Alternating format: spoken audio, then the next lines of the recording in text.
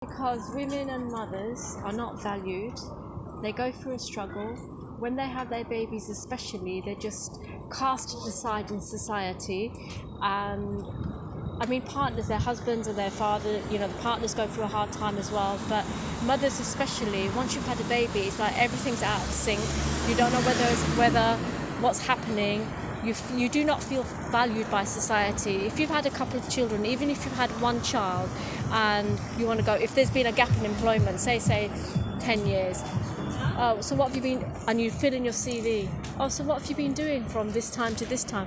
Well, I've been caring for my child. Do you think that they give enough financial support? No, there's no. What I'm concerned about are the middle income families where they do have partners that are working, but the mums they only get their child benefit. They're not entitled to universal credit, but because the fathers or the partners earn maybe just £5 over the limit, they have to pay full rent. They have to do all the shopping.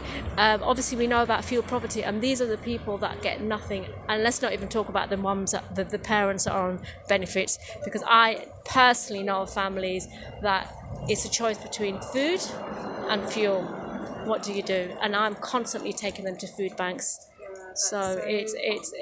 What would be an option? What do you think the government should do? They need to give money to families. They need to give money. If you've got a child, you need to give money to families. Look at how. And the mother or the father or. I think the mums. Whoever the carer is.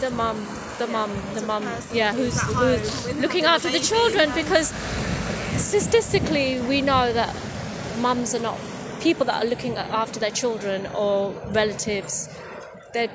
They're not valued.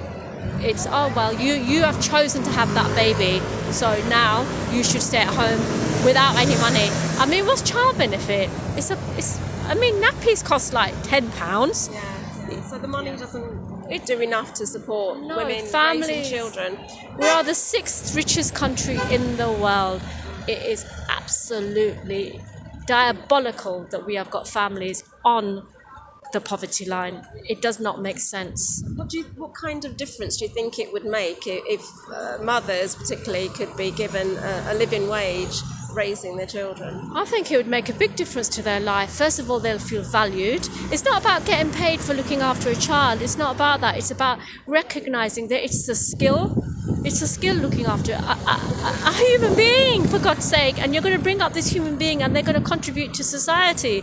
So why not give them a little bit of dignity, because there is no dignity in this world, and let them buy the things with dignity. Because to go to the food banks and no one begs, but that's what's happened, it's humiliating, and it creates a poverty gap. It creates lots of mental health we're going to see now. And then I come from the South Asian community, and I can only talk about my community, how it's a taboo anyway when you've got mental health. It's a taboo to ask for help.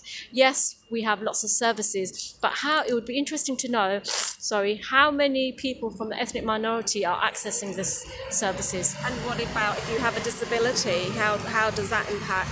Well, you're invisible, aren't you? You're absolutely invisible. So thank you so much for helping out. I think that what you're doing is absolutely wonderful, and I will fill this in and I'll do what I can to promote your cause. And yes, power to the mothers, because without the mothers we wouldn't have the children and we wouldn't have a society. It's the future of their generation. Thank you so much. Thank you. That's wonderful.